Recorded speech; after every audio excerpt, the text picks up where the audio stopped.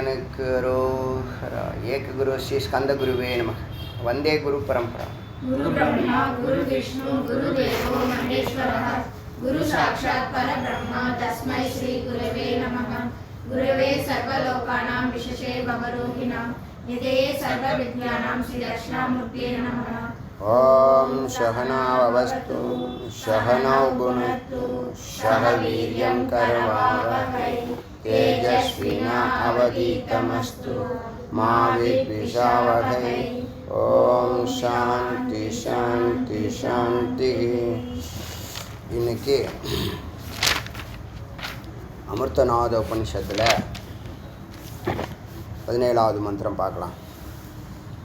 நேற்று சமாதி வரைக்கும் பார்த்தோம். இது நாள் வரைக்கும் இந்த சமாதி வரைக்கும் போகிறதில்ல யாரும். நீங்கள் பண்ணுற தியானம் 2 மணி நேரத்துக்கு மேலே தான் தியானமே கைகூடும். அதுக்கப்புறம் தியானம் ஒழுங்காக நின்னால் அதுக்கப்புறம் 24 நிமிஷம் சமாதி, சவிகல்ப சமாதி. நீங்கள் உங்கள் உடம்பு இருக்கிறது தெரியாது, நீங்கள் எங்கே இருக்கீங்கன்னு தெரியாது, மகிழ்ச்சியாக இருக்கும். ஆனால் தியானம் பண்ணுறோங்கிற அறிவு இருக்கும். தியானம், தியாத்ரு, தியேயம், தியானம். தியானிப்பவன், தியானிக்கப்படும் பொருள், தியானம் என்ற செயல். இந்த 3ம் தெரியும். நிர்விகல்பத்தில் இது 3ம் தெரியாது. ஆனால் இருக்கேங்கிறது தெரியும், ஆனந்தமாக இருக்கேங்கிறது தெரியும். இப்போ அந்த நிலையிலிருந்து அப்போ தான் ஏகரசமாகிறோம். எந்த புற டிஸ்டர்பன்ஸும் நம்மளை டிஸ்டர்ப் பண்ண முடியாது.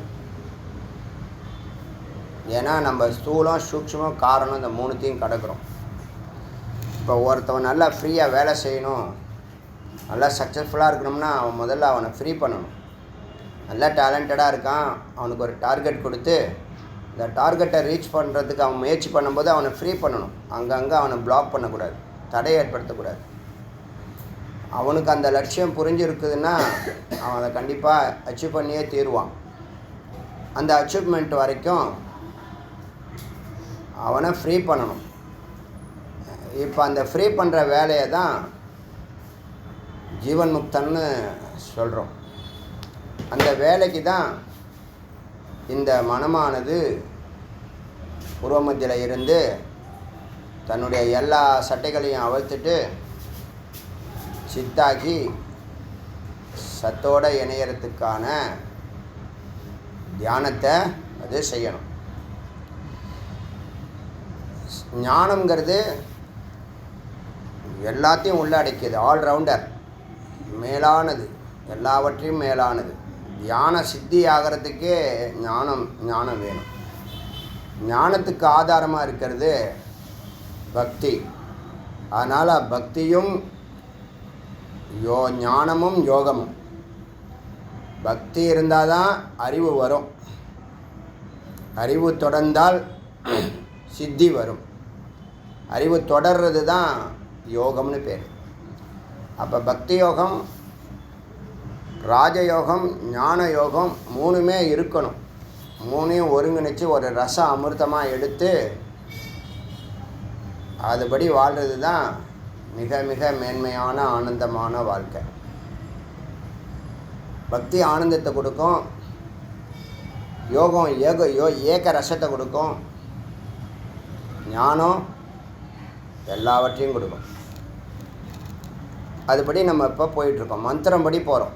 இப்போ அவங்க சொன்னாங்க, இவங்க சொன்னாங்க, வாட்ஸ்அப்பில் வந்ததெல்லாம் நம்பக்கூடாது, பேப்பரில் வரதெல்லாம் நம்பக்கூடாது, யூடியூப்பில் சொல்கிறதையெல்லாம் நம்பக்கூடாது. ஆதாரம் கேட்டால் ஆதாரமே இல்லாமல் எல்லாம் பேசுகிறாங்க. அத்தனை பேர் என்னது பிரமாணம் இருக்கானா? பிரமாணம் இருக்காது.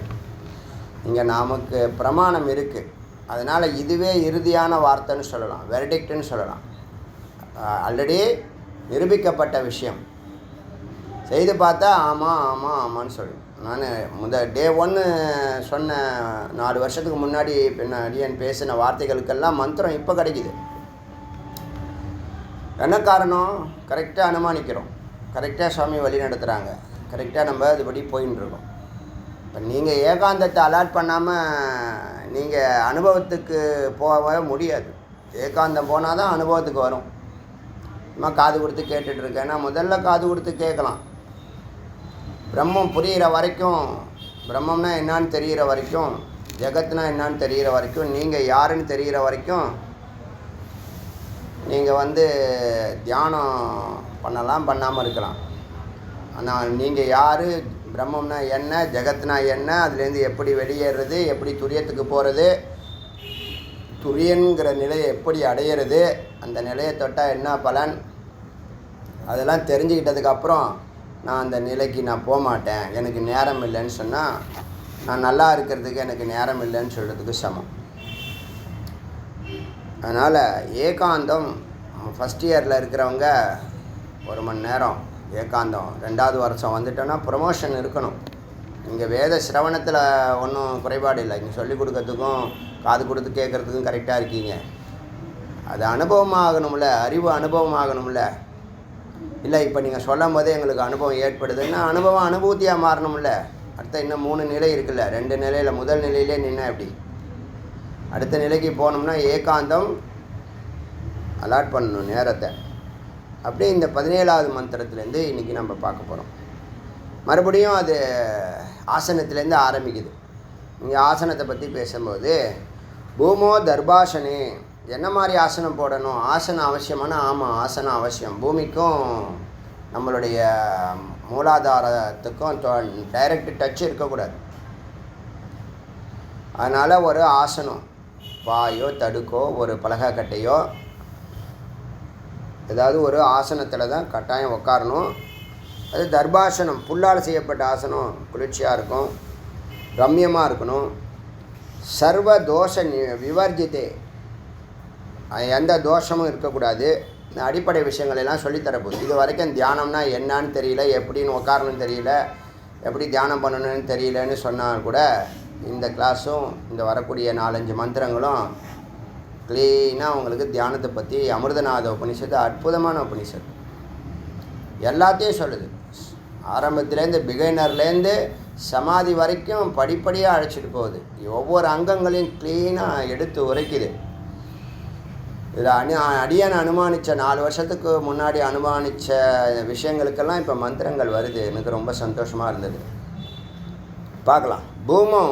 பூமியில் தரையில் தர்பாசனே, தர்பாசனை போட்டு ரம்யே, ரம்யமான சாஃப்டான, சர்வ தோஷ விவர்ஜித்தே, எந்த தோஷமும் இல்லாத, எல்லா தோஷங்களையும் நிவர்த்தி செய்த, மனோமயி ரக்ஷா, அப்படியே உக்காரணும். உக்காந்து மனோமயி ரக்ஷா, அதுதான் திக்பந்தனம்னு சொன்னேன். மனம் இப்போ சத்தை நோக்கி போகுது. இப்போ என்னவா இருக்குது, மனமாக இருக்குது. மனம் ஹிருதயத்துக்கு கீழே போனால் மிருகம், நாபிக்கு கீழே போகவே கூடாது. நாபி வரைக்கும், வயிறு வரைக்கும் போகலாம். நாபிக்கு கீழே போனால் மிருகம், ஹிருதயம் வரைக்கும் மனுஷன், ஹிருதயத்திலேருந்து புருவமத்தி வரைக்கும் இறைநிலை, அதாவது தேவன். புருவமத்திலேருந்து சகசிராரம் வரைக்கும் இறைநிலை, அமைதி, ஆனந்தம். புரியுதா? அமைதி, ஆனந்தம் சகசிராரம். இப்போ நீங்கள் எல்லாமே A to Z க்ளீனாக விவரிக்க போகுது. ஆசனத்தை பொறுத்த வரைக்கும் எந்த தோஷமும் இருக்கக்கூடாது. திக்பந்தம் பண்ணணும். திக்பந்தத்துக்கு மந்திரம் உங்களுக்கு நான் எழுதி போட்டிருக்கேன், வாட்ஸ்அப்பில் போட்டிருக்கேன். ஓம் பூர்புவஸ்வரோம் ஓம் இது திக்பந்தக அப்படின்னு மந்திரத்தை சம்ஸ்கிருதத்துலேயும் எழுதியிருக்கேன், தமிழ்லையும் எழுதியிருக்கேன், குரூப்பில் போட்டிருக்கேன், அனுப்பிச்சிருக்கேன். அதை நீங்கள் ஒரு வாட்டி பார்த்துட்டு படித்து வச்சுங்க. இது எதுக்குன்னா துஷ்டசக்திகள் நம்மளை சூழாது, நம்மளை டிஸ்டர்ப் பண்ணாது.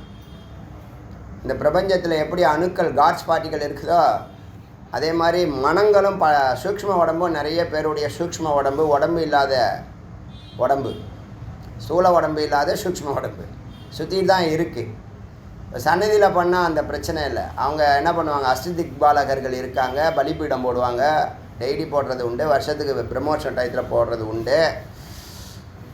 புராண காலத்தில் அதை பண்ணிட்டு தான் இருக்காங்க, இன்றைக்கும் டெய்லி பண்ணுறாங்க. நீங்கள் கோயிலை சுற்றி பார்த்தீங்கன்னா காரணம் 2 கருங்கல் ரவுண்டாக இருக்கும், பலிபீடம் மாதிரி இருக்கும். எதுக்கு வச்சுருக்காங்கன்னு அர்த்தம், அதெல்லாம் அந்த துஷ்டசக்தி திக்பாலகர்களுக்கு உணவு கொடுக்கறது. துஷ்டசக்திகள் உள்ளே வராமல் பாதுகாப்பாங்க. 8 திசைகளையும் பாதுகாப்பாங்க. அதுபோல் நம்ம தியானம் பண்ணும்போது தப்பான இடத்துல உட்காந்துருந்தீங்கன்னு வச்சிங்களேன், நீங்கள் தியானம் பண்ணிங்கன்னா அங்கே அந்த வீட்டில் ஏதாவது உடம்பு இல்லாதது இருந்துச்சுன்னா அது என்ன பண்ணும், உங்களை வந்து டிஸ்டர்ப் பண்ணும். ஒன்றும் பண்ண முடியாது, ஆனால் டிஸ்டர்ப் பண்ணும். அதனால் மனோமய ரக்ஷாம், உங்கள் மனது இப்போ வந்து சித்தா இல்லை, அது மனமாக இருக்குது இல்லையா? மனம், அகங்காரம், புத்தி, இந்த 4 கேட்டகரி, ஸ்தூல உடம்பு, சூட்ச உடம்பு இப்படி இருக்குது. சித்தாகிற வரைக்கும் இந்த இதெல்லாம் இருக்கும், பயமெல்லாம் இருக்கும். அதனால் அதை போக்குறதுக்கு ஒரு திக்பந்தனம் பண்ணணும். அப்புறம் ரதமண்டல் ஜப்துவா, ரதம்னு சொன்னோம்னா ஓங்காரம் சொல்கிற ரதத்தில் ஏறுன்னு சொன்னோமா, அது ஒரு ராக்கெட்டு, அது ஒரு வாகனம். அது எங்கே கொண்டு போய் விட போகுது, ஒரு லேண்டர் மாதிரி கொண்டு போய் எந்த டார்கெட்டை பிரம்மலோகத்துக்குள்ளே இறக்கி விடும். அதில் சித்து ரோவராக, அது பேர் என்ன, ரோவர் பேர் பிராக்யான்னு பேர். கரெக்டாக அந்த பிராக்யான் வருது பாருங்கள் இங்கேயும். அந்த பிராக்யான்கிற ரோவர் நம்ம உள்ள பிராக்யான் காரண உடம்பில் இருக்கக்கூடிய டைஜஷன் பிராக்யன் உள்ள சத்தோடு அவன் சேரணும். சத்தோடு சேர்ந்தால் சமாதி, சத்தோடு சேரனா ஜீவன் முக்தன். மோட்சத்துக்கும் ஜீவன் முக்தனுக்கும் என்ன வித்தியாசம்னா, எத்தனை பிறவியை எடுத்தாலும் உங்களை எந்த துயரமும் பாதிக்காதுன்னா அது ஜீவன் முக்தன். அது என்னென்னா, ஒரு நம்ம இந்த 1400 ஆடியோ ஒருத்தன் சின்சியராக கேட்டானா அதுவே அவனுக்கு அந்த மனநிலையை கொடுத்துரும்.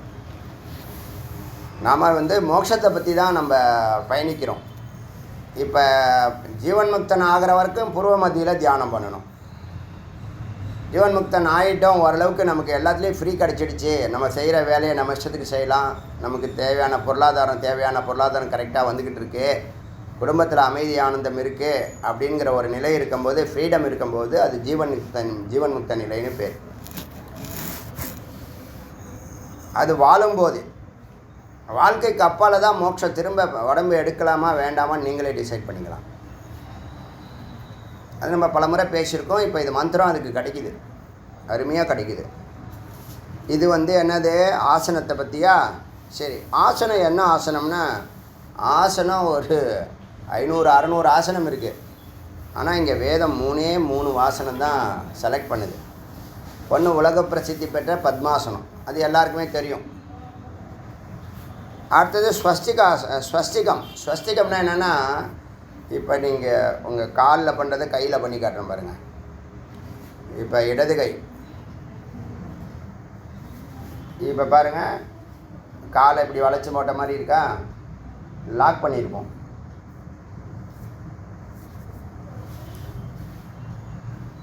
முன்னாடி கால் மாதிரி இருக்கா, தலை வந்து உடம்பு, தலை தான் உடம்பு. இது இன்னொரு ரூபத்தில் பார்த்திங்கன்னா சிவலிங்கம் மாதிரி தெரியும். இது என்னென்னா ஸ்ட்ரைட்டாக இதை பத்மாசனம் லாக் பண்ணணும். ஆனால் வெளியில் வைக்காமல் லாக் பண்ணணும். லாக் பண்ணுறது எதுக்குன்னா, நீங்கள் தியானம் தொடர்ந்து பண்ணும்போது நீங்கள் உடம்பு சித்தலம் அடையாமல் இருக்கும், கட்டிடும், லாக் ஆகிடும். ஓப்பன் பண்ணால் தான் நீங்கள் அந்த இந்த முதுகெலும்பு இருக்குல்ல, முதுகெலும்பை ஸ்ட்ரைட்டாக வச்சுக்கிறதுக்கு தான் இந்த பத்மாசனம். அதை லாக் பண்ணி மேலே வச்சோம்னா அப்படியே இப்படி லூஸ் ஆகிடும். அப்படி லூஸ் ஆகக்கூடாதுன்னு தான் 2 பக்கமும் உள்ளே நுழைச்சி, அது கொஞ்சம் கஷ்டமாக இருக்கும். பத்மாசனம் சொல்கிறேன், இது பத்மாசனம். ஸ்வஸ்திகாசனம்னா, இப்போ இதே காலை 2 பாதத்தையும் இப்படி பண்ணுறது,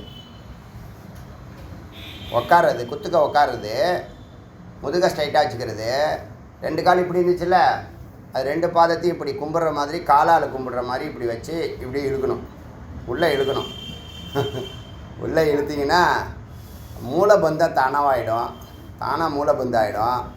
கால் 2ம் இந்த கவட்டின்னு சொல்லுவாங்கல்ல, அது நல்லா விரிவடையும். அப்புறம் வந்து இந்த ஸ்பைனல் கார்டு ஸ்ட்ரைட்டாக இருக்கும்.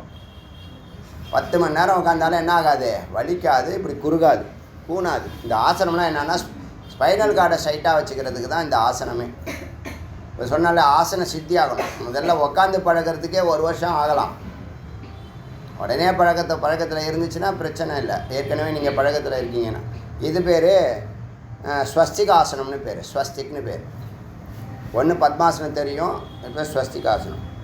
அடுத்தது பத்ராசனம்னு ஒரு ஆசனம் இருக்குது. பத்ராசனம்னா சுகாசனம்னு நம்ம சொல்கிறோம் இல்லையா, நம்ம சௌகரியத்துக்கு உட்காரலாம், எந்த வலியோ பெயினோ எதுவும் இல்லாமல். சித்தர்கள்லாம் அப்படி தான் உட்காருவாங்க மோஸ்ட்லி.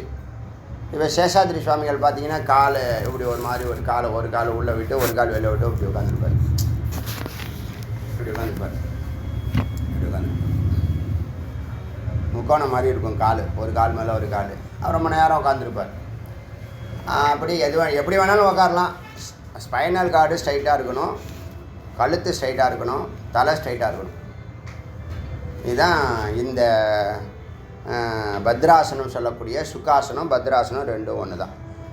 நாம் எதை ரெக்கமெண்ட் பண்ணுறோம்னா சுகாசனத்தை ரெக்கமெண்ட் பண்ணுறோம். இப்போ நீங்கள் ரக்ஷிதா மாதிரி 7 வயசில் 6 வயசில் வந்துட்டிங்கன்னா உங்களுக்கு அழகாக சொல்லி கொடுத்து உங்களை முதுகெல்லாம் பெண்டெல்லாம் நிமித்தி டிங்கரிங்லாம் பண்ணி சரி பண்ணலாம். இப்போ நமக்கு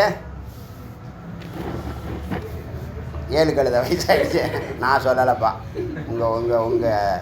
உங்கள் சக மாணவர்கள் சிஷியர்கள் சொல்கிறாங்க. அது மாதிரி இருக்கிறதுனால சுகாசனம் சௌகரியமாக உட்காருங்க. எப்படி உட்காந்தாலும் ஸ்பைனல் கார்டு ஸ்ட்ரைட்டாக இருக்கணும், அதுதான் பாயிண்ட். புரியுதா? கழுத்தை குனியக்கூடாது, ரொம்ப மல்லாக்க போக மாட்டோம். நான் தூக்கி விழுந்தோம்னா அப்படி தெரிஞ்சு அதெல்லாம் இல்லாமல் ஸ்ட்ரைட்டாக இருக்கிறது இது. இதில் இந்த ஸ்வஸ்திகாசனம்லாம் கொஞ்சம் கஷ்டமானதான், ஆனால் நல்ல பலன் கொடுக்கக்கூடியது. ஏன்னா இது ஒரு ஆசனம். பத்ராசனம் சொல்லியாச்சு. இப்போ நாம் அடியன் ரெக்கமெண்ட் பண்ணுறது சுகாசனம். நான் சொல்லுவேன் உங்களுக்கு எது வேணாலும் இது பண்ண அடியன் ரெக்கமெண்டேஷன். இப்போ மந்திரங்களை எதை ஜபிக்கணும்னா ஓங்காரம் ஜபிக்கணும்னு சொன்னால் அது ரெக்கமெண்டேஷன். எது நான் இது ஏற்கனவே இதுதான் பண்ணிகிட்டு இருக்கேன்னா அது நேரத்தையும் எனர்ஜியும் வீணாக்கும். நான் ஏற்கனவே ஒன்று பண்ணிகிட்டு இருக்கேன். நேற்று கூட ஒரு கேள்வி கேட்டேன், அருமையான கேள்வி. ஏற்கனவே 1:4:2 தானே சொன்னீங்க. இப்போ 8:8 பிகைனர் இருக்குது. அவனுக்கு 1:4:2லாம் அவனுக்கு முதல்ல வரவனுக்கு தெரியாதுன்னு சொல்கிறதுக்காக நீ இன்னும் கூட இப்படி கூட சொல்லி கொடுத்துருக்கேன். உன்னால் எவ்வளோ முடிய வரைக்குமோ உள்ளே இழு, எவ்வளோ நேரம் முடியுமோ உள்ளே நிறுத்து, எவ்வளோ மெதுவாக விடமோ முயற்சி பண்ணி மெதுவாக விடு. ஏன்னா மெதுவாக விட முடியாது, பெரிய சேலஞ்சு. அது ரேச்சக்கிறதுக்கு தான் பவர் அதிகம். இப்போ நீ அதேமாதிரி வலது பக்கம் மெதுவாக இழு, எவ்வளோ நேரம் நிறுத்த முடியுமோ அவ்வளோ நேரம் நிறுத்து. எவ்வளோ நேரம் முட்டிக்கக்கூடாது, ரொம்ப தம் கட்டக்கூடாது, இப்படி மல்லு கட்டக்கூடாது. அது கூட சேர்ந்துக்கிட்டு கொஞ்சம் கொஞ்சமாக அது டெவலப் ஆகும். ஆட்டோமேட்டிக்காக நமக்கே தெரியும்.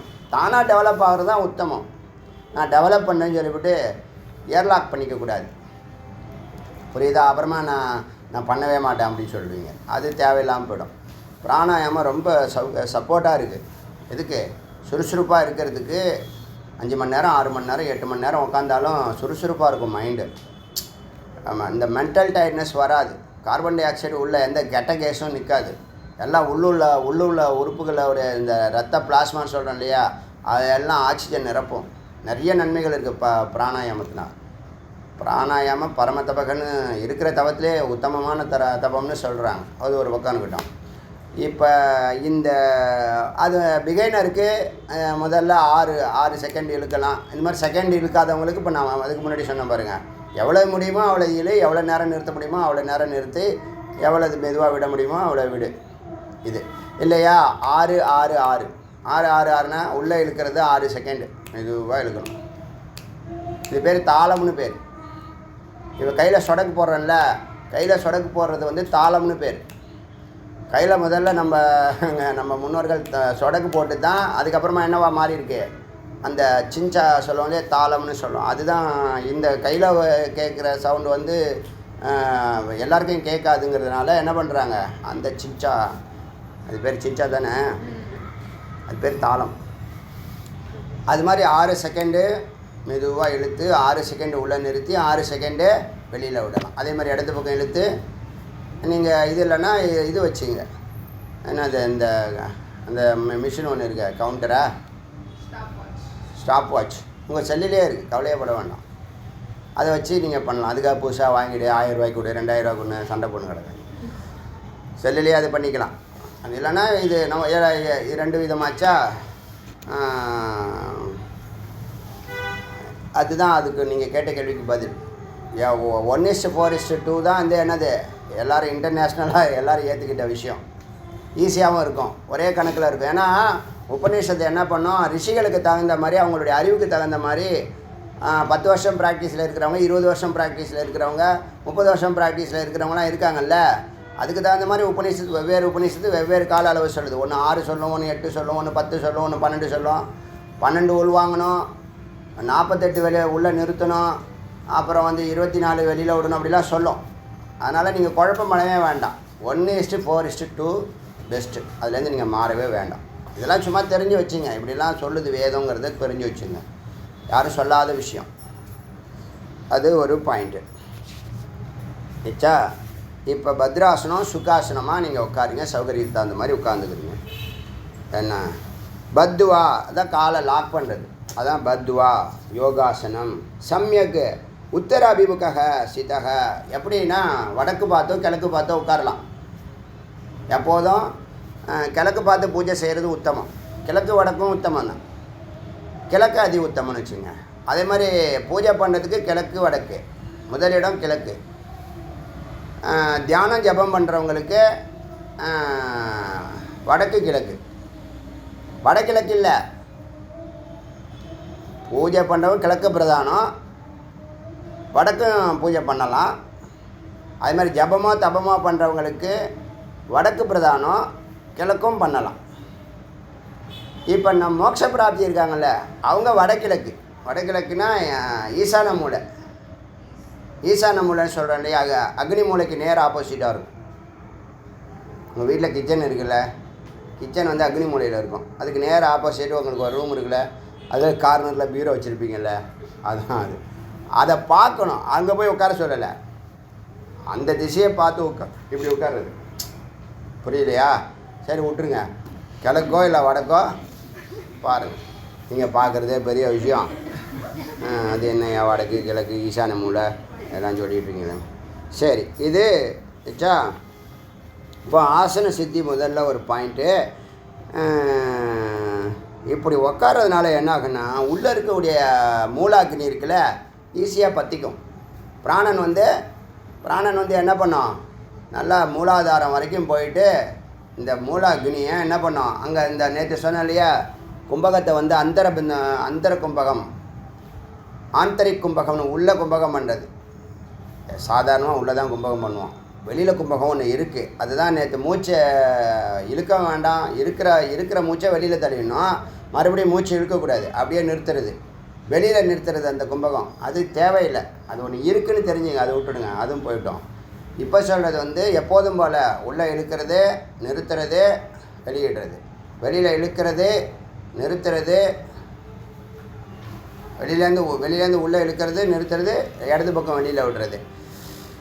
இந்த கும்பகத்தினால் வரக்கூடிய இந்த உள்ளே கொடுக்கக்கூடிய காற்று இருக்குல்ல, அப்போ வந்து சுவாதிஷ்டானத்தில் தான், சுவாதிஷ்டானத்துக்கு கீழே தான் அந்த மூலாக்னி இருக்குது. மூலத்தில் தான், மூலாதாரத்தில் தான் மூலாக்னி இருக்குது. அந்த அக்னி தான் மொத்த நெருப்பையும் ஏற்ற போகுது. அதுதான் யோகாக்னியாக மாறி, ஜட்ராக்னியாக மாறி, ஹிருதயாக்னியாக மாறி, சித்தாக்னியாக மாறி, சிவாக்னியாக மாறப்போகுது. அதுதான் சைத்தன்யம், அதுதான் குண்டலினி, அதுதான் உயிர். இதெல்லாம் எது வேணாலும் சொல்லலாம், எல்லாம் ஒன்று தான். ஆச்சா? இப்போ அந்த அக்னி நல்லா சுடர்விட்டு எரியறதுக்கு இந்த கும்பகத்தை நம்ம உள்ளே நிறுத்தும் போது அந்த மூலாக்னியை தியானம் பண்ணணும். எதுக்கு? அது பத்திரத்துக்காக. பிராணாயாமத்திலே பற்றிக்கும். பிராணாயாமம் பண்ணினாலே பற்றிக்கும். இந்த பத்துறதுனால அது என்ன ஆகும், ஒவ்வொரு விளக்கா தானாகவே ஏறும். அதுதான் சரவிளக்கு. கர்ப்பகிரகத்தில் 5 விளக்கு தொங்க விடுவாங்க. அது ஒன்று ஒன்றா ஏற்றுவாங்க. புரியுதா? கீழேருந்து ஏற்றணும், அவங்க மேலேருந்து ஏற்றிட்டு வருவாங்க. கையை சுடுன்ட்டு மேலேருந்து ஏற்றிட்டு வருவாங்க, கீழேருந்து ஏற்றணும். இந்த கும்பகத்தினுடைய அர்த்தம் புரியுதா? கும்பகம் பண்ணும்போது மைண்ட் எங்கே இருக்கணும்? மூலாக்னியில் இருக்கணும், மூலாதாரத்தில் இருக்கணும். சரியா? ஒரு பாயிண்ட்டு. அதனால் யோகாக்னியை எழுப்புறது. யோகாக்னி தான் என்னவா மாறுது? ஜட்ராக்னி. நல்லா பசிக்கும். அது மாதிரி சாப்பிட்டுட்டு பிராணாயாமம்லாம் பண்ணக்கூடாது. சாப்பிட்டு 2 ஹவர்ஸுக்கு பிராணாயாமம் பண்ணக்கூடாது. சாப்பிட்றதுக்கு முன்னாடி பண்ணால் நல்லா பசிக்கும். பசியே இல்லைன்னு சொல்கிறாங்கல்ல, அவங்க பிராணாயாமம் பண்ணால் நல்லா பசிக்கும், நல்லா உடம்பு சுறுசுறுப்பாக இருக்கும். சப்போஸ் சாப்பிட்டுட்டிங்கன்னு சொன்னால் ஒரு 2 ஹவர்ஸுக்கு 2.5 ஹவர்ஸுக்கு செய்யக்கூடாது. செஞ்சிங்கன்னு வச்சுங்க, வாந்தி வரும். வேறு என்ன? உள்ளே இருக்கிறது எல்லாத்தையும் கலப்பி விட்டு என்ன பண்ணோம், குண்டக்கா மண்டக்கா செஞ்சால் குண்டக்கா மண்டக்கா தான் வரும். தமிழ் தான் அது, வேறு ஏதோ லாங்குவேஜ்னு நினச்சிக்க. இது புரிஞ்சிச்சா? தியானம் பண்ணுறதுக்கு முன்னாடி மூலபந்தம் பண்ணணும். வயிறு கொஞ்சம் எக்கி தான் பிராணாயாமம் பண்ணும்போது வயிறு ஆட்டோமேட்டிக்காக உள்ளே போகும். அது பேர் ஒட்டியானம். அப்புறம் வந்து மூச்சை உள்ளே நிறுத்துறது ஜாலந்திரம் அப்படின்னு பேர். நீ கேஷுவலாக எப்போதும் எப்படி சொல்லுவீங்களோ இது பேர் தான். அந்த பேரை பற்றி பயப்பட வேண்டாம். சரி, இது பார்த்தோமா. இப்போ ஆசனம் சொல்லியாச்சு, கிழக்கு முகம் சொல்லியாச்சு, பிராணாயாமம் சொல்லியாச்சு.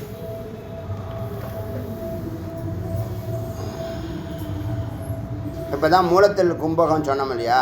நாசிகா புட்டம் அங்குல்யாம் பிதா ஏகேன மாருத்தம். மாருத்தம்னா பிராணகாத்து. அங்குல்யம் இந்த 2 விரல் தான். எந்த விரல்? மோதிர விரலும் கட்டை விரலும். இதை நேற்று சொன்னால பவித்திர முத்ரான்னு சொன்னேன். இது பேர் பவித்திர முத்ரா. அச்சா, இந்த வலது மூக்கை கட்டை விரலால் மூடி இடது மூக்கால் உள்ளே இழுக்கிறோம் இல்லையா, அதை சொல்லுது. நாசிகா அங்குல்யாம் மாருத்தம் காத்தை ஏக்கேன் ஒரு மூக்கால் ஆக்ருஷ்ய இழுக்க வேண்டும். காற்றை உள்ளே இழுக்க வேண்டும். அப்புறம் என்ன பண்ணோம்? தாரை ஏது நிறுத்தணும். கும்பகம் பிராணாயாமத்தில் முதல் பாட்டு முடிஞ்சு 2வது பாட்டு. தாரை ஏது அக்னிம் மூலாக்னிம் மூலத்தில் இருக்கக்கூடிய அக்னியில் தியானிக்கணும். சத்தமேவ ஓங்காரம் ஜபிக்கணும். இப்போ நீங்கள் உக்காடுறதுலேருந்து பாருங்கள், ஆசனம் பிராணாயாமம் 2ஆச்சா. பிராணாயாமத்தில் மூலாதாரத்தில் தியானம், மூலாதாரத்தில் இந்த பிராணாயாம கும்பகத்தை நம்ம நினைக்கிறது தான். நீங்கள் என்னெல்லாம் நினைக்கிறீங்க, மந்திரம் பின்னாடி வருது. நீங்கள் என்ன நினைக்கிறீங்களோ அதை தான் மற்றதெல்லாம் செய்யுது. நீங்கள் என்ன நினைக்கிறீங்களோ, நல்லது நினச்சா நல்லது நடக்கும், கெட்டது நினச்சா கெட்டது நடக்கும்னு சொல்கிறோம். நல்லதே நினைன்னு சொல்கிறாங்க இல்லையா. நல்லதே நினைன்னு சொல்ல தான் சத்தை தியானம் பண்ணுன்னு அர்த்தம். நல்லதுங்கிறது சத்து. நல்லதுங்கிறதுக்கு அர்த்தம் என்னென்னா அன்புன்னு அர்த்தம், பாவம்னு அர்த்தம், பக்தின்னு அர்த்தம், ஸ்ரத்தைன்னு அர்த்தம். நல்லதெல்லாம் நல்லது. புரியுதா? நல்லதெல்லாம் நல்லது. அன்பும் அதில் வருது, பக்தியும் அதில் வருது. சத்துன்னு சொல்கிறோம் இல்லையா, அது. இப்போ இங்கே இந்த சப்தம் இப்போ என்ன அடுத்தது? பிராணாயாமம் பண்ணிங்களா, கும்பகம் பண்ணிங்களா, தாரணை பண்ணுறீங்களா? சப்தம் ஏவ ஓங்காரத்தை ஜபிக்கணும். எத்தனை பாட்டு பார்த்தீங்கன்னா அப்படியே போய் கண்ணை மூட்டு உட்காந்துருக்க கூடாது இனிமேல். சப்தமேவ ஓங்காரத்தை ஜபிக்கணும். எத்தனை முறை? 12 முறை. 12 முறையா அதமும் 12 முறைக்கே கீழே 12, 24, 48. 12க்கு மேலே பண்ணுறது தான் உத்தமம். ஆனால் ஆரம்பத்தில் அப்படி பண்ண முடியாதுன்னு 12 சொன்னோம். 12 செய்கிறதே பெரிய விஷயம். இப்போ நம்ம எங்கே எவ்வளோ பின்னாடி இருக்கோன்னு பார்த்தீங்களா, அதுக்கு சொல்கிறேன். அதனால் தாரை ஏத் அக்னிம் நிறுத்தி ஓங்காரம் சொல்லி விசிந்த ஏத் சத்தை தியானிக்க வேண்டும், பிரம்மத்தை தியானிக்க வேண்டும். இப்போ என்ன பண்ணியிருக்கீங்க? உக்காந்துருக்கீங்க, ஆசனம் போட்டு உட்காந்துருக்கீங்க, வடக்கு பார்த்து உட்காந்துருக்கீங்க, பிராணாயாமம் பண்ணுறீங்க, கும்பகம் பண்ணுறீங்க. கும்பகம் பண்ணினாலும் பிராணன் வந்து மூலாக்னிக்கு போகட்டும்னு ஒரு கட்டளை கொடுக்குறீங்க. அப்போ மைண்டு எங்கே போதோ அங்கே பிராணன் போகும். கண்ணு போனால் கருத்து போகும், கருத்து போனால் பிராணன் போகும். பிராணன் போகிறது தான் சிறப்பு. புரியுதா? இது எதுக்குன்னா இந்த யோகா அக்னியை நெருப்பை ஏற்றுறதுக்கு அந்த பிராணாயாமம் பண்ணிவிட்டு காற்று அங்கே இருந்து நெருப்புக்கும் காற்றுக்கும் ஃப்ரெண்ட்ஷிப் இருக்குது. நீருக்கும் நெருப்பும் பகைமை. ஒன்று கொதிக்க வச்சிடும், ஒன்று அணைச்சிவிடும். நெருப்பு நீரை கொதிக்க வச்சிடும், நீர் நெருப்பை அணைச்சிவிடும், சாகடிச்சிடும். புரியுதா? அதனால் பகைமை. ஆனால் காற்று கொஞ்சம் பற்றிக்கிட்டு எரியுதுன்னு வச்சுக்கலாம், கொஞ்சம் எரியுதுன்னு வச்சு காற்று இன்னும் பக்கத்தில் இருக்கும் ஊதுவான். ஒன்றை போய் இப்படி சொல்லிட்டானே அப்படின்னு சொன்னாலும் போதும், உடனே என்ன ஆகும் உங்களுக்கு? இன்னும் கொஞ்சம் பற்றிக்கும். புரியுதா? காற்றுக்கும் நெருப்புக்கும் ஃப்ரெண்ட்ஷிப் இருக்குது. அது மாதிரி உள்ள யோகாக்னியை ஏற்றுறீங்க.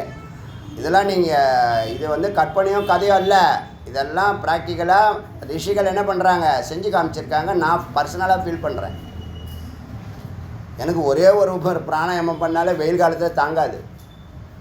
மோஸ்ட்லி பிராணாயாமே பண்ண மாட்டேன் நான். ஏன்? அவ்வளோது அக்னி உடம்புல ஏறும். மழை காலத்தில் 3 பண்ணுறோம். ஏன்? உடம்பு எல்லாம் குளிர்ச்சியாக இருக்குது. சுற்றி வரேனே வடை சுட்ட உடனே ஆறி போயிடுது. என்ன பண்ணுறது? இட்லி சுட்ட உடனே தொட்டு பார்க்க உடனே ஆறி போயிடுது. புரியுதில்ல உங்களுக்கு? அது மாதிரி தான். விசிந்தி ஏத், இறைவனை நினைக்க வேண்டும், சத்தை நினைக்க வேண்டும். என்னென்ன பண்ணியிருக்கீங்க? உக்காந்துருக்கீங்க. ஆசனம், பிராணாயாமம், மூலாக்னியை ஏற்றுறது, அப்புறம் திக்பந்தனம் 4 ஆச்சா? அப்புறம் என்ன பண்ணோம்? 4 ஆச்சா? ஓங்காரம் 5 ஆச்சா? அப்புறம் சத்தை நினைக்கிறது 6 பாட்டு வருது. 6 பாட்டு வருது. இப்போ தியானத்தில் இனிமேல் 6 பாட்டு நடந்துச்சான்னு முதல்ல உக்காந்தோடனே நிதானமாக உக்காந்து இதெல்லாம் பண்ணால் 2 hours ஆகும். தியான சமாதி வரைக்கும் போகணும். ஒரே நாளில் போக முடியாது, 1 வருஷத்தில் போகலாம். எத்தனையோ வருஷம் போச்சு. அப்போல்லாம் என்ன பண்ணோம்? இப்போ வெந்நீரை காலில் ஊற்றிக்கிட்டே உடனே நடக்கணும், உடனே நடக்கணும், உடனே நடக்கணும், டக்கு டக்கு டக்குன்னு குதிரை வண்டியில் போகிற மாதிரி நினைக்கிறோம். வாழ்க்கை உங்களுக்கு 30 வருஷம்தான். அதை விட்டிங்கன்னா அதுக்கப்புறம் எப்படி வேணாலும் போகலாம். ஏன்? இதெல்லாம் நீங்கள் செய்கிறதெல்லாம் 12 வருஷம் ஏகாகிர சித்தம் அறிவு இருந்தால். 50 வயசுக்கு மேலே வரதெல்லாம் யோகிதே கிடையாதவன் தான் 50 வயசுக்கு மேலே வரான். 7 வயசில் வரவன் தான் யோகிதையோடு வரான். 7 வயசை விட்டு 7 கழுத வயசான பிற்பாடு நான் வந்து பிரம்மத்தை பிடிக்க போகிறேன், அவரை கெட்டியமாக பிடிச்சி காலை பிடிச்சி வார போகிறேன் அப்படின்னு சொல்கிறதுலாம் என்னது? அடுத்த 12 ஆண்டுகளையாவது ஒழுங்காக நடத்து. ஏன்னா 50 வயசுக்கு மேலே ஒன்று ரிப்பேர் ஆகும். ஒரு வண்டி 5 வருஷம் தாங்க ஓடும். வண்டி வாங்கினதுலேருந்து 1000 வருஷத்துக்கு ஓடுமா? அது வண்டியா? அது செலவச்சுதா இல்லையா? நான் அடியேன்னு வந்து இது வரைக்கும் ஒரு 5-6 வண்டி மாற்றிருக்கேன். எல்லாம் 5-5 வருஷத்துக்கு ஒரு வாட்டி மாற்றுவேன். ஏன்னா அது ரிப்பேர் பண்ண ஆரம்பிச்சிடும். ஒன்று ஒன்றா ஆரம்பிக்கும்.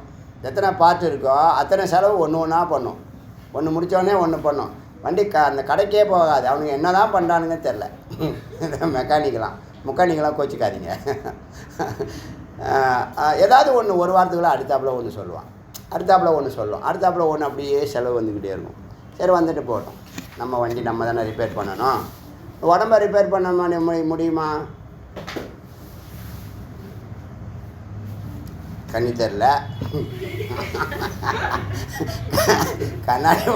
கண்ணாடி போட்டாச்சு.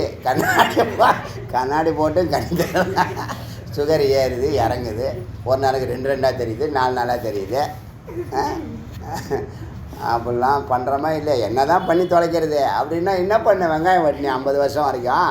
பிறந்ததுலேருந்து ஊர் கதையெல்லாம் பேசிவிட்டு எங்கெல்லாம் எதெல்லாம் செய்யக்கூடாது அதெல்லாம் பண்ணிவிட்டு அக்கிரமத்தை பண்ணிவிட்டு அப்படின்னு இருக்கிறவங்களுக்கு ஒரு 12 வருஷம் கடைசி வாய்ப்பாக 50 to 62க்குள்ளே வாழ்க்கையை வெற்றிகரமாக நிறைவேற்றணும்.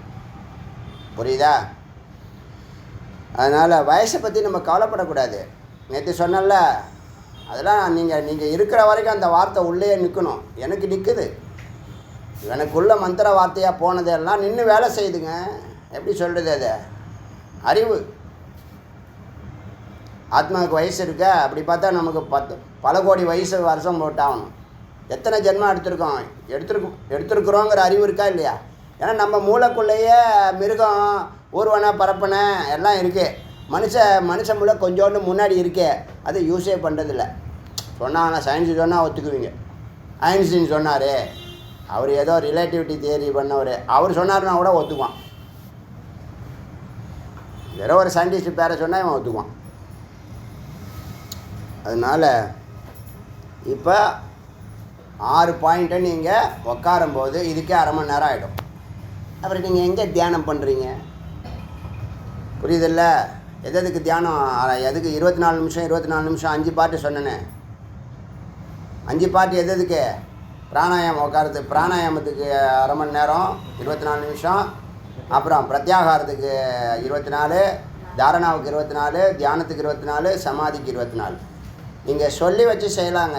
2.5 hours ஆகுது. பண்ணலாம். இந்த மற்ற இது மாதிரி கிடையாது. இப்போ நம்ம 8 மணி நேரம் வேலை செஞ்சால் போதுன்னு சொல்கிறாங்களேன்னா, நீ 9 மணிக்கெலாம் நல்லா தூக்கம் வரும் உனக்கு. கரெக்டாக காலையில் 5 மணி 4 மணிக்கெலாம் விழிப்பு வரும். இப்போ நீ என்ன பண்ணுற? நீ எல்லா வேலையும் பண்ணி முடிச்சுட்டு உடனே படுத்தோடனே ஒரு தூங்கிடணுமா? எப்படி தூங்கும்? அது ஒரு சிஸ்டம் வச்சுருக்கா இல்லையா? எல்லாத்துக்கும் ஒரு சிஸ்டம் இருக்குங்க. அந்த சிஸ்டத்தை நம்ம என்ன பண்ணுறோம்? மீறுறோம். விதிகளை, சிஸ்டத்தை உடைக்கிறோம், அந்த ரிதத்தை உடைக்கிறோம். ரிதத்தை உடைக்கிறதுனால தூக்கம் வர்றதில்லை. அப்புறம் ஏந்துக்க வேண்டிய நேரத்தில் ஏந்துக்க முடியல, வேலையை உற்சாகமாக செய்ய முடியல, அங்கே போய் தூங்கி வெளியிடுது ஸ்கூலில். என்ன பண்ண சில பேர் பண்ணுறாங்க தான் நான் கணிக்கிறேன். அதனால் காலை நைட்டு 11 மணி வரைக்கும் பேசுது. லைட்டை 10 மணிக்கெல்லாம் ஆஃப் பண்ணினோம்னா சரி ஆஃப் பண்ணிவிட்டு நாங்கள் பேசிக்கிடுவோம். அவர் பேசிடுவோம். அப்புறமா 10:30 மணிக்கு வர எல்லோரும் வாயை மூடுங்க. ஸ்கூலில் இந்த ஹாஸ்டலில் வார்டன் மாதிரி நடந்துக்க வேண்டியது. 11 மணி வரைக்கும் விட்டா 12 மணி வரைக்கும் விட்டாலும் என்ன பண்ணுவாங்க? நிறுத்தவே மாட்டாங்க. ஆனால் இந்த குட்டீஸுங்க தான் வேறு யார் பண்ணுறாங்க? சரி, இப்போது இந்த 6 நிலையை தாண்டி அடுத்து என்ன பண்ணணும்னா ஓம் இதி ஏகாட்சரம் பிரம்மம் மகா வாக்கியம். இது ஏற்கனவே எழுதியிருப்பீங்கன்னு நினைக்கிறேன். ஓம் இதி ஏகாட்சரம் பிரம்மம், ஓங்காரத்தை பிரம்மமாக தியானிக்க வேண்டும். ஓம் இதி ஏகாட்சரம் பிரம்மம் மகா வாக்கியம் எழுதுங்க. எழுதுறேன்னா ஓம் இதி ஏகாட்சரம் பிரம்மம். ஓம் என்ற இந்த ஓரெழுத்து பிரம்மம். இப்போ சுவாமிக்கு 1,00,000 பேர் இருந்துச்சு. லட்சார்ச்சனை சொல்கிறாங்களா இல்லையா? அது ஒரே வார்த்தையை கொண்டு வந்துட்டோம். இதோட ஏதாவது சேர்த்திங்கன்னு வச்சுங்க, ஓம் நமச்சிவாய சேர்த்திங்களா, நாராயணாய சேர்த்திங்க, சரவணபவாய சேர்த்தாலும் சகர்பித்தனும் பேர். சகர்பித்தம்னா என்னது? ஓங்காரம் இன்னொன்று கர்ப்பத்தில் வச்சுருக்குன்னு அர்த்தம். நிஸ்கர்பித்துனா ஓங்காரம் வெறுமனே ஓங்காரமாக இருக்குன்னு அர்த்தம். ஓங்காரம் சகுனத்துக்கும் பொருந்தும், நிர்குணத்துக்கும் பொருந்தும். சகுனம்னா என்ன? உருவ வழிபாட்டுக்கும் பொருந்தும், உருவம் இல்லாத வழிபாட்டுக்கும் பொருந்தும். உருவ வழிபாடு கோயிலில் பண்ணுறாங்க. உருவமல்லாத வழிபாடு தான் ஞான யோகம், விசாரம், தியானம்.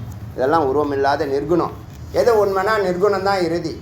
அல்டிமேட்டாக எது ஃபைனல் எதுனா ஆர்ஜின் எதுனா நிர்குணம் தான். உருவமில்லாத ஒரு விதையிலேருந்து தான் என்ன பண்ணுது? பூமிக்குள்ளேருந்து வெளியில் வருது. தோண்டி பார்த்தா உள்ளே என்ன இருக்குது? விதை இருக்குது. பூமியிலேருந்து அப்படியே வருமா? வராது. அப்படி தான் எங்கே பார்த்தாலும் முளைக்கணுமே. புரியுதா இல்லையா? விதையிலேருந்து தான் செடி வருது. விதை பூமிக்குள்ளே இருக்குது. விதை உங்களுக்கு தெரியாது. ஆனால் விதை இல்லையா? விதை இருக்குது. தெரியுமா? தெரியாது. மேலே தெரியுமா? தெரியாது. மேலே என்ன தெரியும்? குருத்து தான் தெரியும். அப்புறம் செடியாகும். அப்புறம் அது இலைகள்லாம் வரும். அப்புறம் அது கிளையெல்லாம் வரும். அப்புறம் பூ பூக்கும். அப்புறம் காய் காய்க்கும். அப்புறம் பழுக்கும். அப்புறம் ஒரு விதையை போடும். 100 விதையை போடும். இந்த குணம் சிறப்பு குணம் இல்லையா? ஒரு விதை 100 விதையாக போடுதா இல்லையா? அதனால் ஓமிதி ஏகாட்சரம் பிரம்மம், ஓங்காரத்தை பிரம்மமாகவே பாவிக்கணும். இப்போ நீங்கள் எங்கே வந்துட்டோம்னா சுருங்கி கிருகி கிட்டக்க வந்துட்டோம். எங்கே வந்துட்டோம்னா கர்ப்பகிரக வாசலுக்கு வந்துட்டோம். இனிமேல் 1000 பேர் சொல்ல வேண்டாம், 1000 ஜபியம் ஜபிக்க வேண்டாம். ஓங்காரமே பிரம்மமாக நினைக்கணும். ஏன்? ஓங்காரம் நிர்குணம், சகுனம், அகர உகரம் அகரம், மகாவிஷ்ணு, என்னது மகா பிரம்மா விஷ்ணு மகேஸ்வரன். இந்த 3 பேரும் சேர்ந்த கலவை தான் அகர உகரம் அகரம். அதில் எல்லா தேவதைகளும் ஒடுக்கம், எல்லா எழுத்தும் ஒடுக்கம், எல்லா துவனியும் ஒடுக்கம். அதுதான் பீஜ மந்திரம், அதுதான் ஆர்ஜின், அதுதான் முதல்ல வெளியில் வரக்கூடிய சவுண்டு. எங்கேருந்து வருதுன்னா உயிரிலேருந்து வருது. எவ்வளோ நேரம் ஒலிக்கும்னா ஒலிச்சிக்கிட்டே தான் இருக்கும். உன்னுடைய ஆத்மா ஒழிச்சிக்கிட்டே இருக்கிறத கேட்டுக்கிட்டே இருந்தால் அது பேர் நாதம்னு பேர். அதில் கலக்கணும். நாதத்துக்குள்ளே நம்ம போயிடணும். நாதம்ங்கிறது என்னது? சொல்கிறதுல அது நாதம். பெல்லை அடித்து அது சவுண்டு முடிகிற வரைக்கும் அந்த இம்மு மட்டும் வரும். வருதுல அது பேர் நாதம். நாதம் முடிஞ்சிச்சுன்னா அமைதி, அமாத்ரா. அந்த இடத்துல தான் உயிருடைய சப்தத்தை நாம் கேட்கலாம். இப்போ நம்ம வாயில் ஜபிக்கிறோம் இல்லையா, அது ஸ்தூலம். மானசீகமாக ஜபிக்கிறோமா, அது சூட்சுமம். இம்மு மட்டும் மானசீகமாக சொல்கிறோமா காரண உடம்புக்காக, அது காரணம். அந்த இம்மு முடிகிற இடம் நாதம் முடிகிற இடம். அடுத்தது உயிருடைய சப்தம் கேட்கக்கூடிய இடம், ஓங்காரம் ஸ்டார்ட் பண்ணுற இடம். அதுக்குள்ளே நீங்கள் நுழைஞ்சி போனால் அந்த ஓங்காரமும் இல்லாமல் நீங்கள் சித்தானது சத்து கூட அத்வைத நிலையில் சேரும் நிலையே அத்வைதம். இப்போ ஓங்காரம் எங்கேருந்து வருதுன்னா நாபிலேருந்து வருது. சவுண்டு எங்கேருந்து வருது? ஓங்காரத்தை உச்சரிக்கிறது இல்லை. ஆக்சுவலாக பார்த்தீங்கன்னா தானாக வரக்கூடிய சவுண்டு.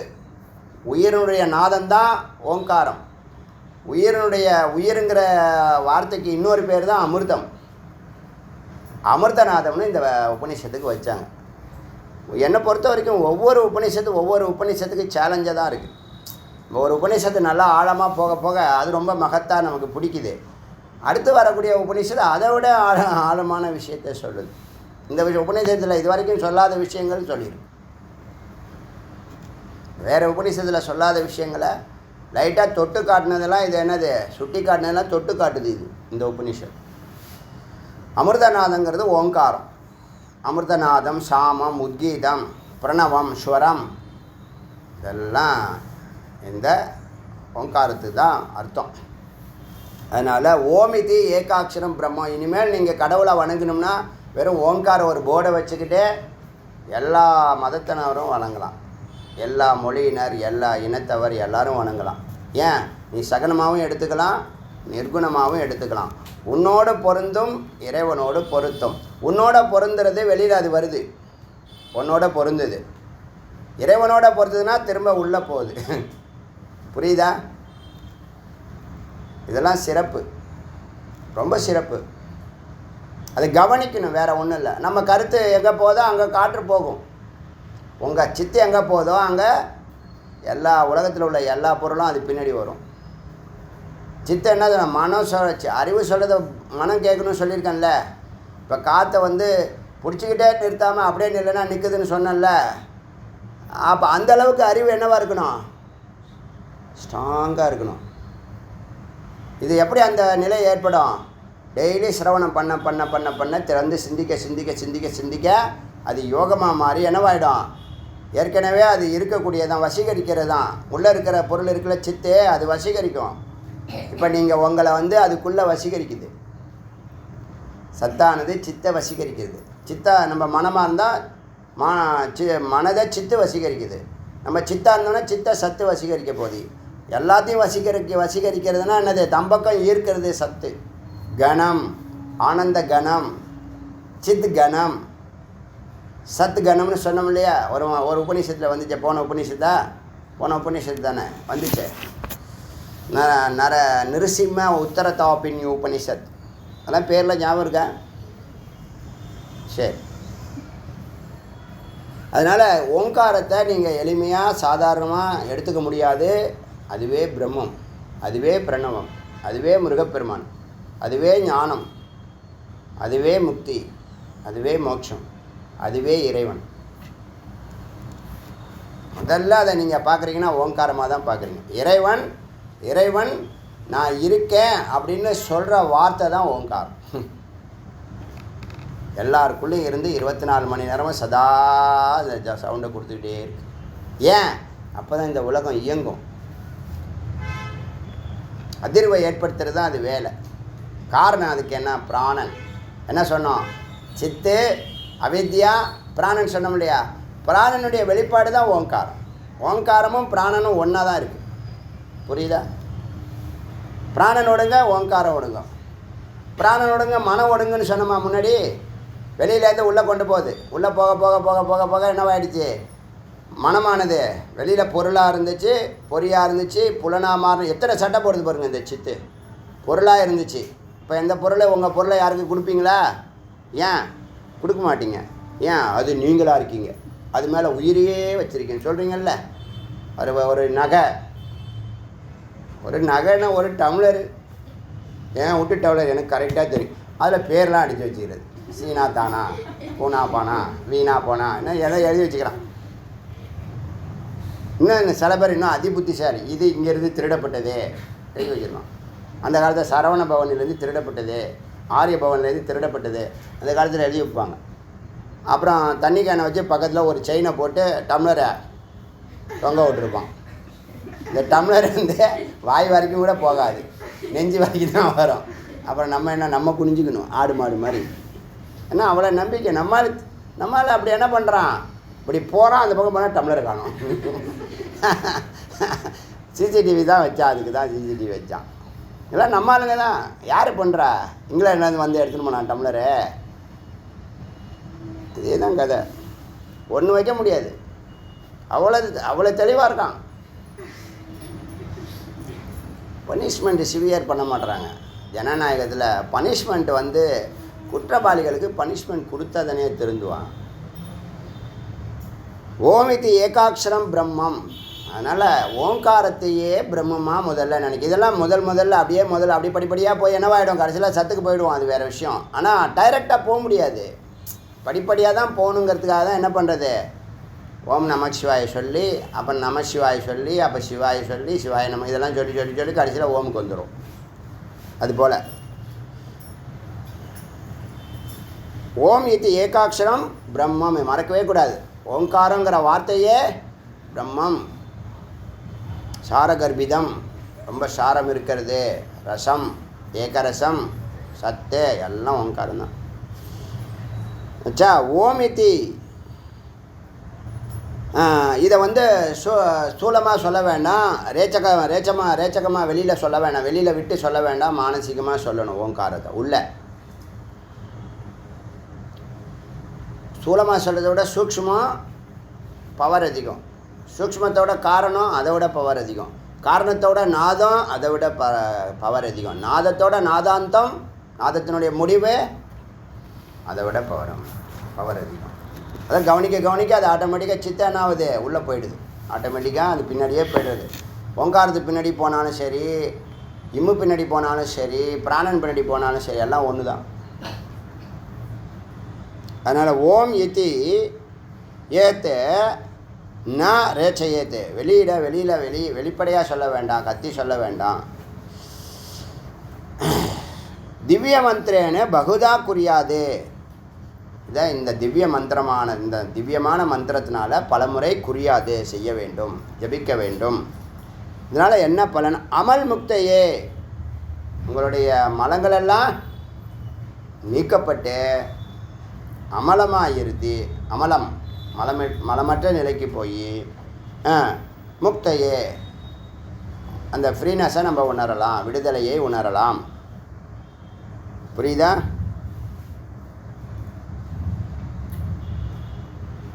சரி. பச்சாத் 21-22 மந்திரம். பச்சாத் தியாயேத் பூர்வோக்தம் கிரமஷோ மந்திரவிது புதக. இந்த மந்திரம் அருமையான மந்திரம், ரொம்ப முக்கியமான மந்திரம்.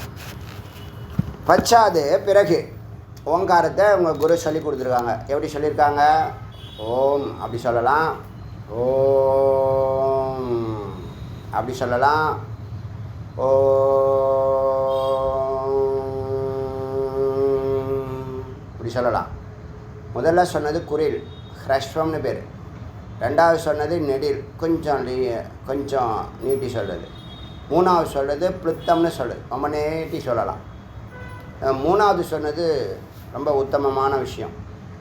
நிறைய சொல்ல முடியாது, கொஞ்சமாக தான் சொல்ல முடியும். ஆனால் நிதானமாக சொல்லலாம், நல்லா அனுபவித்து சொல்லலாம். இறைவனோட எளிமையாக ஒருங்கிணையறதுக்கு நல்ல அரிய வாய்ப்பு அது. அந்த பிளுத்தம்னு சொல்லக்கூடிய மூன்றாவது மந்திரம். ஓங்காரத்தை நல்லா ஓமை நல்லா இழுத்து, இம்மவும் நல்லா இழுத்து முடிக்கிறது. புரியுதா? இந்த ஒரு நிலை இருக்குது. இது இல்லாமல் அஜபா நிலைன்னு ஒன்று இருக்குது. இந்த ஸ்தூலம் தாண்டி, சூக்ஷ்மம் தாண்டி, காரணம் தாண்டி நீங்கள் சொல்ல அப்போ எப்படி அஜபா நிலையை நீங்கள் பிடிக்கணுன்னா, அது எப்படி சொல்லணுன்னா, ஓம் ஓம் ஓம் ஓம் அப்படியே தொடர்ந்து சொல்லுவாங்க. பெரிய கேப் விடாமல் சின்னதாக சொல்லிகிட்டே வருவாங்க. மாமான்னு அப்படி சொல்லக்கூடாது.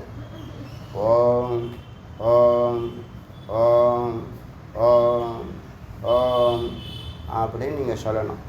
அது சொல்ல என்ன ஆகுன்னா, இந்த வாயை விட்டு சொன்னது போய் மானசீகமாக சொல்கிறது போய் தானாகவே சொல்கிற நிலை வரும். அதுவாக உள்ளே இருக்கிறது ஜொலிக்கும். அப்புறம் அதுவும் நின்று போயிடும்.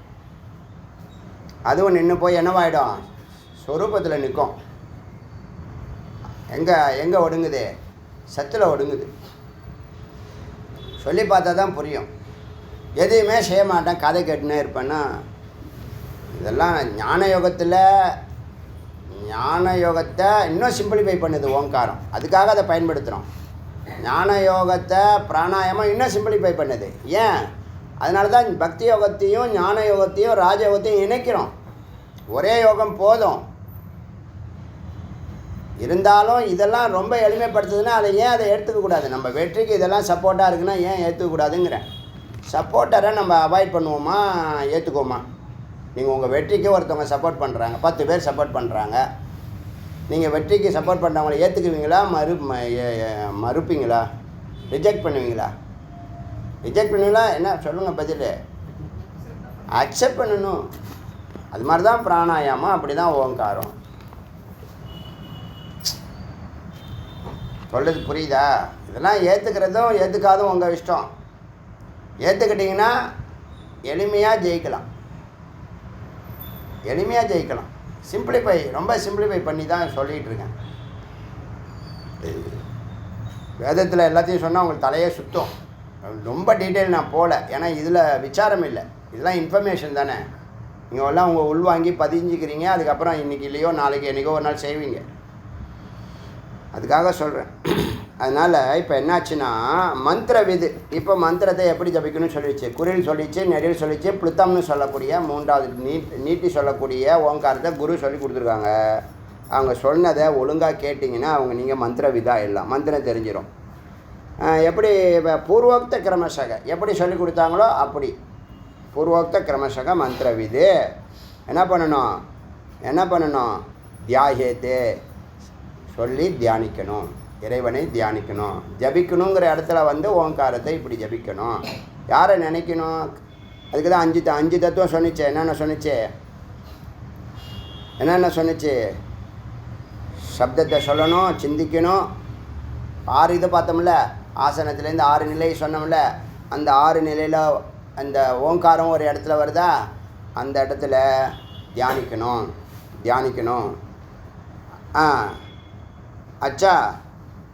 அச்சா அடுத்தது ஸ்தூலாதி ஸ்தூல சூக்ஷ்ம ஸ்தூலம் அதிஸ்தூலம் சூக்ஷ்மம். இப்போ நம்ம ஓங்காரம் இருக்குல்ல, நாபிலேருந்து வருது சவுண்டு, ஆரம்பிக்கிற சவுண்டு. வாயில் சொல்கிறதெல்லாம் ஓங்காரம் கிடையாது. இப்போ அது பின்னாடியே சொல்லும், எல்லாத்தையும் நீக்கும். நாபிலேருந்து தான் பிராணன் என்ன பண்ணுது?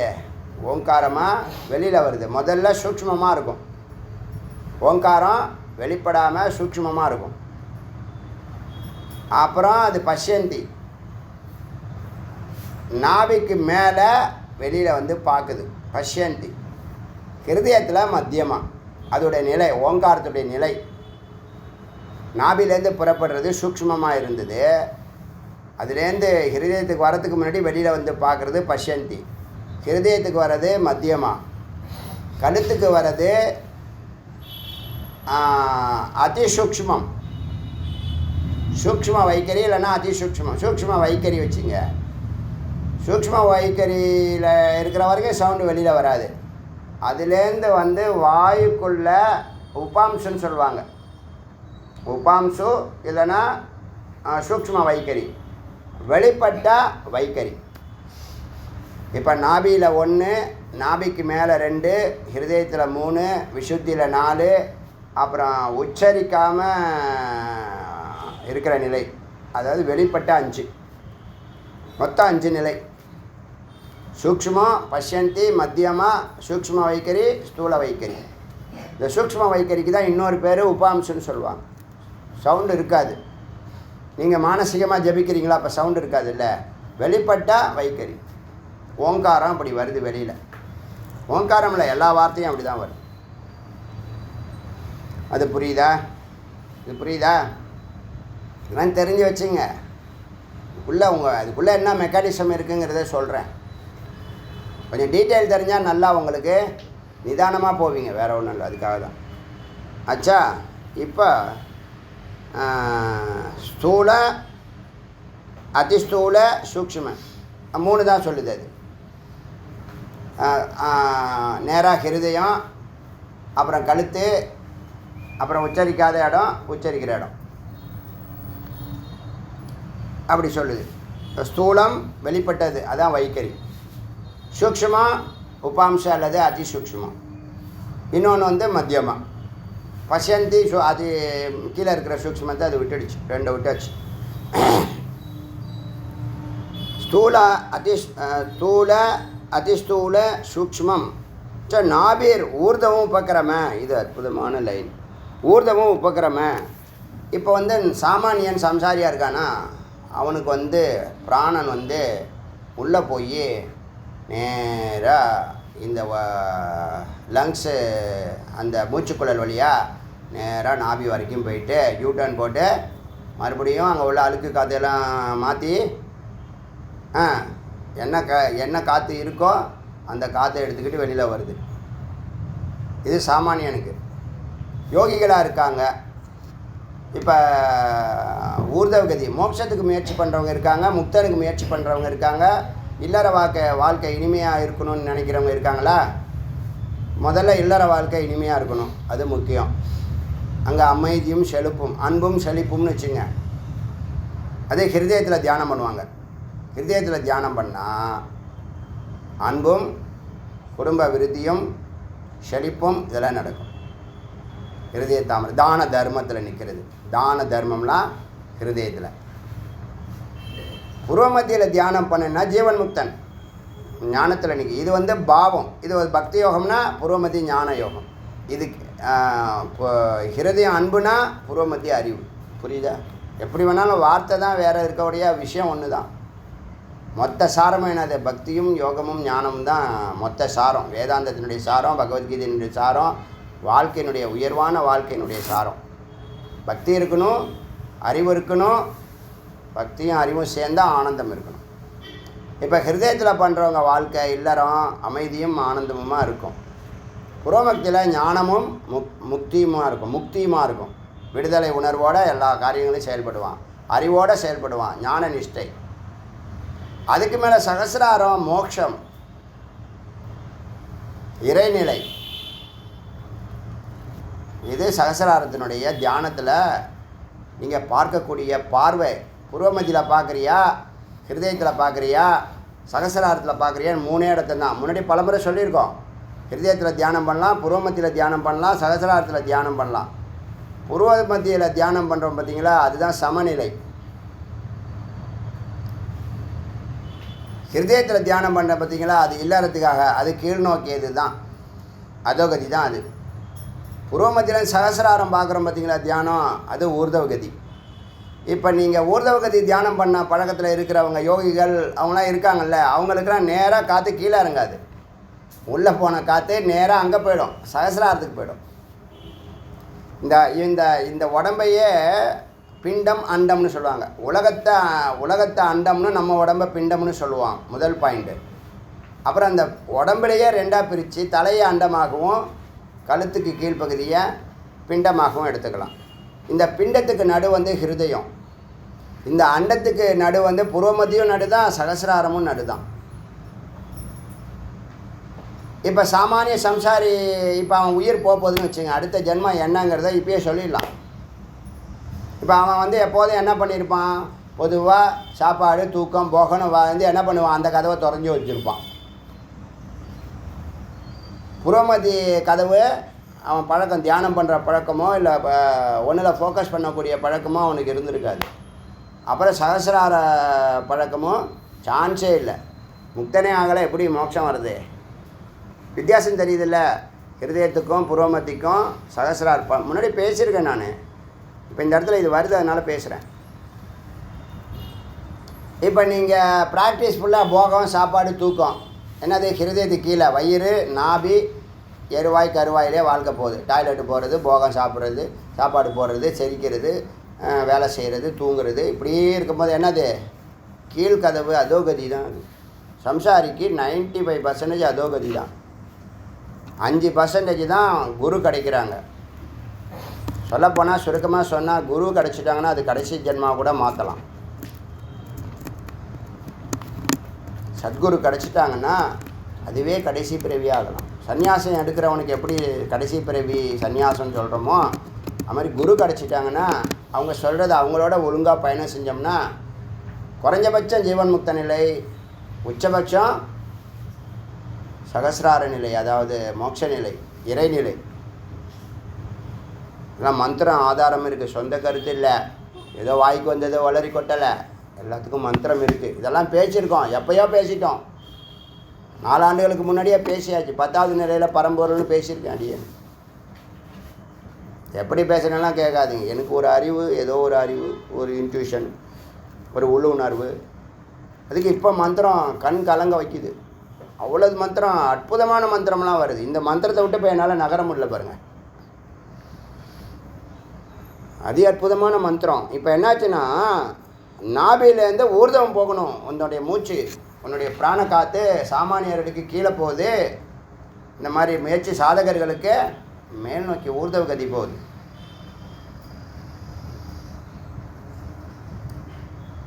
நீங்கள் ஹிருதயத்துக்கு வந்து கூட மேலே ஏறலாம். ஹிருதயத்துக்கு வந்துட்டு கூட லங்ஸு சுற்றிட்டு நாபி வரைக்கும் போகாமல் என்ன பண்ணலாம், ஹிருதயத்துலேருந்து புரோமதிக்கும். இப்போ உள்ளே போகிற காற்று நாபிலேருந்து சகசிராரம் வரைக்கும் போகிறதுக்கான லைன் தான் என்னது, சுஷ்ம்னா நாடி. சுஷ்ம்னா நாடி தான் ஸ்பைனல் கார்டை நம்ம இமேஜின் பண்ணுறோம். இப்போ நாபிலேருந்தும் சகசிராரம் போகலாம், நாபிலேருந்து ஹிருதயத்துக்கும் வரலாம், நாபிலேருந்து புரோமதிக்கும் வரலாம், நாபிலேருந்து சகசிராரத்துக்கும் வரலாம். அந்த பிராணாயாமமும் ஓங்காரமும் அந்த ரூட்டை கிளியர் பண்ணுது. ஏன்னா செஞ்சு பாருங்கள். நீங்கள் வந்து தியானம் பண்ணுறீங்க, சில நாள் நீங்கள் நினச்ச உடனே புரோமதிக்கு வந்துடும், எல்லா நாளும் வராது, சுற்றிக்கிட்டு இருக்கும். இப்படி சுற்றுறது அடியனுக்கு மேலே சுற்றும், இப்படி ரவுண்டாக தரச்சக்கர மாதிரி சுற்றுன்னு சொல்லியிருக்கேன்ல. ஒரு நாள் அப்படி இருக்கும், ஒரு நாள் இப்படி உக்காந்து 5 நிமிஷத்துலேயே என்ன பண்ணிடும், நடுவுக்கே வந்துடும். நமக்கு சிவதலம் எதுன்னு நல்லா உணரலாம். இப்போ நம்ம எங்கே இருக்கோம், எந்த பிரகாரத்தில் இருக்கேன்னு எனக்கு நல்லா தெரியும். தலைக்குள்ளே நம்ம சித்தானது சுற்றுற அந்த பிரகாரம் இருக்கு இல்லையா, 10 பிரகாரம் சொன்னோம் இல்லையா, எந்த பிரகாரத்தில் இப்போ இருக்குன்னு அடியனால் உணர முடியுது. புரியுதா? அது மாதிரி உங்களுக்கும் உண்டு, கொஞ்சம் கொஞ்சமாக வரணும். முதல்ல பூர்வமதியை முடிங்க. உங்களுக்கு ஜீவன்முக்த நிலையில் இருக்கேன், எனக்கு பொருளாதாரத்தில் பிரச்சனை இல்லை, இல்லறத்தில் பிரச்சனை இல்லை, நான் நினச்சது நடத்துகிறேன், போகிற இடத்துக்கு போகிறேன் வரேன், அது என்ன ஆகும், 12 ஆண்டுகள் ஆகும். சுவாமி கரெக்டாக தான் அன்றைக்கே சொன்னேன், சுவாமி கரெக்டாக தான் டே 1 சகசிராரத்தில் பண்ணுன்னு சொன்னார். ஒவ்வொரு நாளும் அதை நினச்சி நான் ஓப்பனாக சொன்னேன், கலங்குறோம், உருக தோணுது, உள்ளம் உருகுதையான்னு பாடினாங்களே, அது சத்தியமான வார்த்தை. எவ்வளோ அது ஸ்ட்ராங்காக சொல்லியிருக்காரு, எவ்வளோ மேன்மையான நிலையை சொல்லியிருக்காரு. இந்த யோகித ஜீவன்முக்த நிலையை கடந்து இருக்கிறான், அதனால் அவனுக்கு அந்த நிலையை கூடுன்னு கொடுத்துருக்காரு. புரியுதா சொல்கிறது? அதனால் இந்த மந்திரம், இந்த ஓங்காரமானது நாவிலேருந்து மேலே அநாகத்தத்தை நோக்கி இந்த ஓங்காரமானது ஜபிக்கப்பட வேண்டும். நாபியிலேருந்து அநாகத்தம் வரைக்கும், ஹிருதயம் வரைக்கும் முதல்ல ஜபிக்க வேண்டும். அப்புறம் நாபியிலேருந்து ஹிருதயத்திலேருந்து புருவமத்தி வரைக்கும் ஜபிக்க வேண்டும். அப்புறம் நாபியிலேருந்து ஹிருதயத்திலேருந்து புருவமத்திலேருந்து சகசிராரத்துக்கு ஜபிக்க வேண்டும். இப்போ நீங்கள் எதை கான்சன்ட்ரேட் பண்ணுறீங்க அப்படிங்கிறது இருக்குது. உங்கள் கருத்து தான் பிராணன் போகுது. நீங்கள் என்ன சொல்கிறீங்களோ அது பிராணன் கேட்க போகுது. சித்து சொல்ல தான் பிராணன் கேட்டாகணும். ஏன்னா சித்து தான் என்னது, சைத்தன்யம், உயிர் உள்ளது. பிராணன் ஜடந்தான், பிராணனுக்கு உயிர் கொடுக்கறது சித்து தான். புரியுதா? இந்த இன்ட்ரோவோட நான் நிறுத்துகிறேன். நாளைக்கு இந்த மந்திரத்தை பார்க்கலாம். அதனால் ஸ்தூலாதி ஸ்தூல அதிசூல ஸ்தூல அதிஸ்தூல சூக்ஷ்மம் இந்த முறையில் நாபியிலிருந்து ஊர்தவம் மேல் நோக்கி ஜபிக்க வேண்டும். அப்போ நீங்கள் ஓங்காரம் ஜபிக்கும் போது உங்கள் ஓங்காரத்துக்குள்ளே நீங்களும் பயணிக்கணும். இப்போ ஹிருதயத்துக்கு வந்திருக்கேன், இப்போ விசுத்திக்கு வந்திருக்கேன், இப்போ வந்து ஆக்ஞாவுக்கு வந்திருக்கேன், இப்போ சகசிராரத்துக்கு போகிறேன் அப்படின்னு நீங்கள் என்ன பண்ணணும். ஏன்னா நீங்கள் எங்கே எது சொல்லிடுச்சு மந்திரம், எங்கே கருத்தோ அங்கே காற்று. இந்த வார்த்தை வந்து கேட்டு பாருங்கள், 4 years பேக் பேசியிருக்க வார்த்தை. எங்கே கருத்து போகுமோ அங்கே காற்று போகணும். எல்லாம் அனுமானம் தான். அனுமானத்தில் இது வந்தால் இது தான் வருங்கிற ஒரு அனுமானம் வந்துடும் உங்களுக்கு. அடுத்த லெவல் நம்ம யூகிக்கலாம். அது சொல்ல ஊகத்தை ஏற்றுக்குது, வேதம் ஊகத்தை அங்கீகரிக்குது. அப்புறம் மந்திரம் கிடைக்கும்போது நமக்கு சந்தோஷமாக இருக்குது, கரெக்டாக போயின்ட்டுருக்கோம். ஒரு சந்தேகம் ஒரு அணுவளவு கூட இல்லை. ஆனால் எல்லாருக்கும் அப்படி இருக்குமானா இருக்காது. எல்லாருக்கும் கொஞ்சம் குழப்பம் இருக்கும். குழப்பமே இல்லாமல் ரொம்ப தெளிவாக நம்ம போயின்னு இருக்கோம்னா காரணம் முருகப்பெருமான். அது வரைக்கும் இன்றைக்கி நிறுத்துகிறேன். நாளைக்கு இதை கொஞ்சம் இன்ட்ரோ கொடுத்துட்டு திரும்ப ஆரம்பிக்கலாம். அருணாச்சல சிவ அருணாச்சல அருணாச்சல சிவ அருணாச்சல அருணாச்சல சிவ அருணாச்சல சிவ அருணாச்சல சிவ அருணாச்சல அருணாச்சல சிவ அருணாச்சல சிவ அருணாச்சல சிவ அருணாச்சலா. வெற்றிவேல் முருகனுக்கு அரோகரா.